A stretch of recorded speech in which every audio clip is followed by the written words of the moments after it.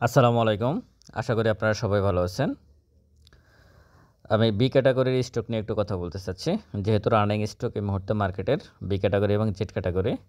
তো আমি B category নিয়ে একটু আলোচনা করব, তারপর জেড ক্যাটাগরি নিয়ে ২-১ টা কথা বলব। তার আগে একটা কথা বলে নিই, সেটা হচ্ছে যারা স্টক সাজেশন এবং আ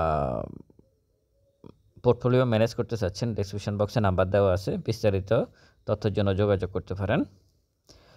দেখুন, বি ক্যাটাগরির স্টক হচ্ছে এমন, আমাদের মার্কেটে এই মুহূর্তে প্রায় ৯০-৯১টা আছে বি ক্যাটাগরির স্টক। এর মধ্যে বিভিন্ন সেক্টরের আছে, তার মধ্যে টেক্সটাইলটা বেশি।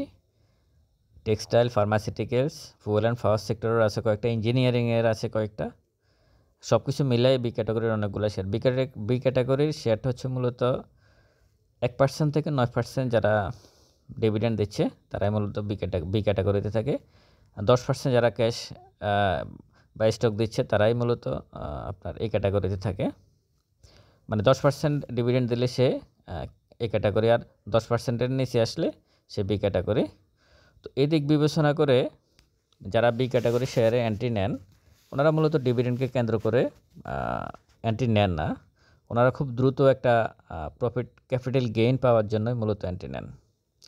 তো এক্ষেত্রে আমি যারা ট্রেডার বি ক্যাটাগরিতে এন্ট্রি নিচ্ছেন তাদের জন্য আমি 3টা বিষয় একটু সাবধানতা অবলম্বন করতে চাচ্ছি।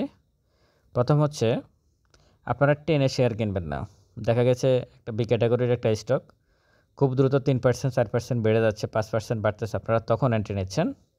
এটা আপনারা এই মুহূর্তে করবেন না। এই কারণেই করবেন না, টোটাল মার্কেটের ভলিউমটাই কম এই মুহূর্তে, প্রায় 350-400 কোটি টাকার মধ্যে সীমাবদ্ধ।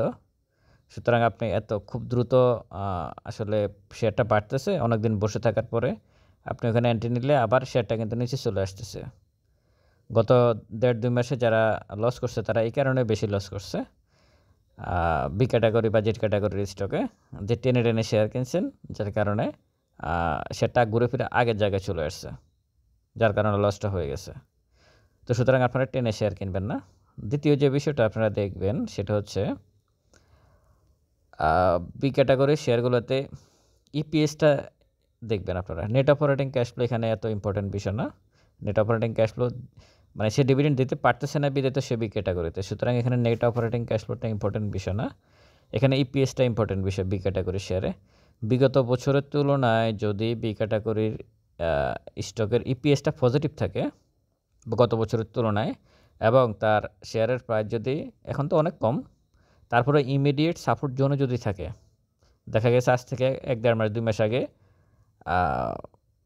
শেয়ারটা 10 টাকা থেকে 15 টাকা পর্যন্ত উঠছে, এখন আবার সে 10 টাকায় নেমে আসছে, কিন্তু তার ইপিএসটা, এর মধ্যে ইপিএসটা গত বছরের তুলনায় পজিটিভ আছে, তাহলে আপনি ওখানে নিশ্চিন্তে মোটামুটি এন্ট্রি নিতে পারেন।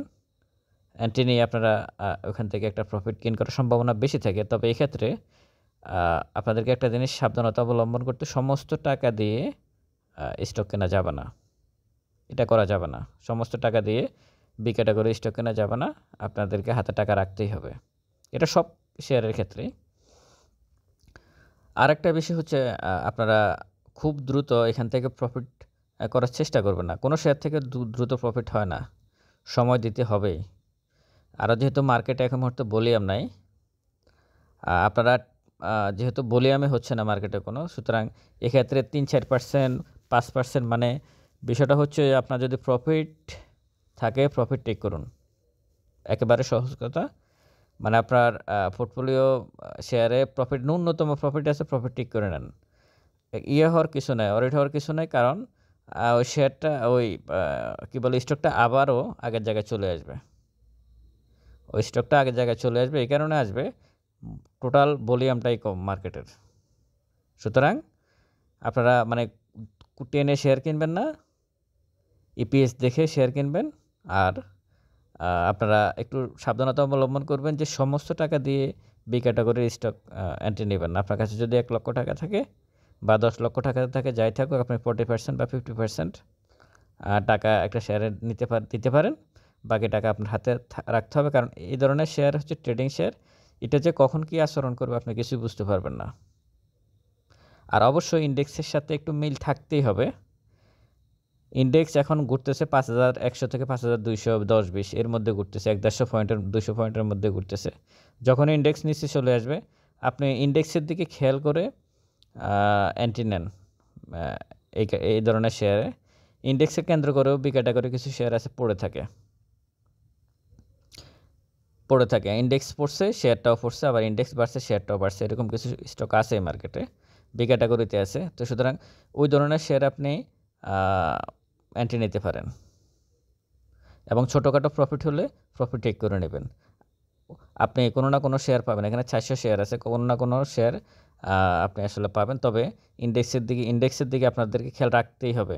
মানে ইন্ডেক্স বাড়তেছে, আপনার ওই শেয়ারটা যদি না বাড়ে তাহলে আপনি ওই শেয়ারে এন্ট্রি নেবেন না। কেন নেবেন না? ইন্ডেক্স যখন আবার পড়ে তখন কিন্তু ওই শেয়ারটা ঠিকই পড়ে। ইন্ডেক্স বাড়তেছে, মানে আপনারা বোঝার চেষ্টা করুন, ইন্ডেক্স বাড়তেছে মানে ইন্ডেক্সের ক্যান্ডেলগুলো সবুজ হচ্ছে, কিন্তু আপনার একটা স্টক বাড়তেছে না, তাহলে বুঝবেন তার ইমিডিয়েট যে পিএসটা আসবে সেটা নেগেটিভ আসবে। এই কারণে কিন্তু প্রাইসটা বাড়তেছে না। সুতরাং ওই ধরনের শেয়ারগুলোকে আপনারা একটু অ্যাভয়েড করে চলবেন। আর জেড ক্যাটাগরি আসলে তারা তো কোনো ডিভিডেন্ড দিচ্ছে না, যার কারণে তারা জেডে, সেটা সমস্যা না। ডিভিডেন্ড দেওয়ার থেকে বড় প্রবলেম হচ্ছে জেড ক্যাটাগরির তাদের মানে উৎপাদন বন্ধ থাকে, কারখানা বন্ধ থাকে, মালিক পক্ষের খোঁজ থাকে না, বিভিন্ন রকমের সমস্যা থাকে, যার কারণে জেড ক্যাটাগরি শেয়ারগুলোতে অ্যান্টিনাউটের রিস্ক এবং তাদের ওয়ার্কিং ডেজটাও বেশি বি ক্যাটাগরি এ ক্যাটাগরির থেকে। এবং সব কোম্পানি না, এখানেও প্রায় 89-90টা মনে হয় আছে জেড ক্যাটাগরিতে। এখান থেকে কিছু কোম্পানি কিছুদিন পরে কিন্তু চলে আসবে এ বিতে, ওটা ইচ্ছে করে ওরা জাস্ট ফ্যানিক দেওয়ার জন্য জেডে নিয়ে গেছে। তো তারা চাইলে ডিভিডেন্ড ঘোষণা করছে 10%, 8%, 9% দিতে পারে নাই, দিতে পারে না, দেয় নাই, তারা দেয় না ইচ্ছে করে, যাতে জেডে চলে যায়। তবে যে কোনো মুহূর্তে তারা চলে আসবে এবিতে। সুতরাং এটা নিয়ে সব শেয়ার নিয়ে আতঙ্কিত হওয়ার কিছু না, এটা একটা সময় যাচ্ছে, খারাপ একটা সময় যাচ্ছে, সময়কে মেনটেন করে চলাটাই হচ্ছে বুদ্ধিমানের কাজ। তো আপনাদেরকে সর্বশেষ এটুকুই বলবো, আপনারা 3-4টা জিনিস বি ক্যাটাগরির স্টকে একটু সাবধানতা অবলম্বন করবেন। সবচেয়ে বেশি আমি গুরুত্ব দিব এটাকে, বি ক্যাটাগরির শেয়ারে আপনারা এন্ট্রি নেওয়ার সময় সমস্ত টাকা দিয়ে আপনারা একটা শেয়ার এন্ট্রি নেবেন না। স্টক সাজেশন এবং পোর্টফোলিও ম্যানেজের জন্য ডেসক্রিপশন বক্সে নাম্বার দেওয়া আছে, যোগাযোগ করতে পারেন। ভালো থাকবেন সবাই। ভিডিওটা ভালো লাগলে শেয়ার করবেন। আসসালামু আলাইকুম।